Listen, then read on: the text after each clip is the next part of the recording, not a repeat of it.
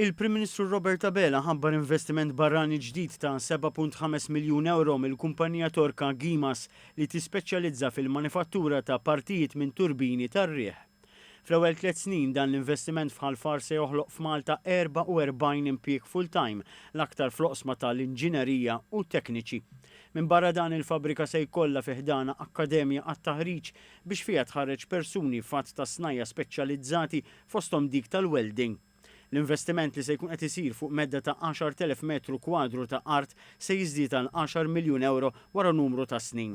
F'konferenza tal-aħbarijiet fuq is-sit li fuq se jinbena dan l-impjant, dan l-investiment tqies bħala pass kbir il qudiem għal Malta għar relazzjonijiet bejn Malta u t-Turkija u fit-tranzizzjoni l-ħadra ta' Malta. Imma għaliex Malta? We get a really good support from your government, especially Malta Enterprise at the beginning.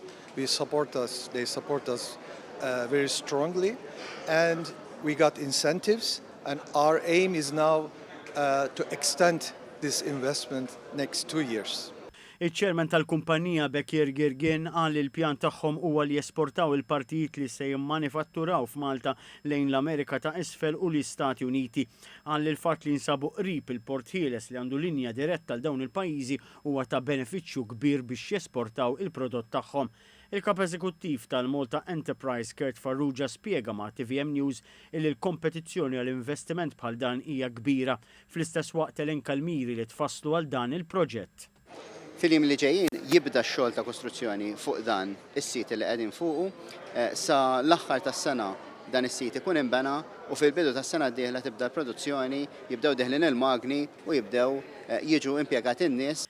Il-Prim Ministru Robert Abela qal li llum qed nassistu għal bidu ta' settur industrijali ġdid li huwa l-ewwel tax-xorta tiegħu f'Malta b'investiment fi prodotti bħall-enerġija nadifa li se joħolqu green jobs. Qal li dan se jsir f'żona mimlija ħajja b'fabbriki li jipproduċu fost oħrajn tamir fir-robotika u pakkeġġjar ta' magni l-aktar avvanzati u tefa' ta' ġebla l-bot minn kumpanija tal-farmaceutika li se tibda topera fi żmien li ġej. Qal li dawn l-investimenti juru trasformazzjoni li qed issir fl-ekonomija foqsma ta' innovazzjoni, teknoloġija u enerġija nadifa. Investiment li fi kliemu jħalli valur ola fl-ekonomija. B'dat tip ta' proġetti bil-fatti qegħdin nuru kemm verament dan il-pajjiż kapaċi jattira l-aqwa investiment. Però dak ma tagħmlux laqqas billi toqgħod imsakkar ġewwa l-uffiċċju, dak tagħmlu billi tiġri wara l-investiment, billi toħloq il-klima adattata għall-investiment, din hija kumpanija li se tagħżlet kull pajjiż ieħor biex tinvesti fih. Ma' TVM News il-Ministru għall-Ekonomija Silvio Xkembri qal li dan l-investiment huwa turija tal-fiduċja li kumpaniji kbar internazzjonali għandhom fl-ekonomija Maltija.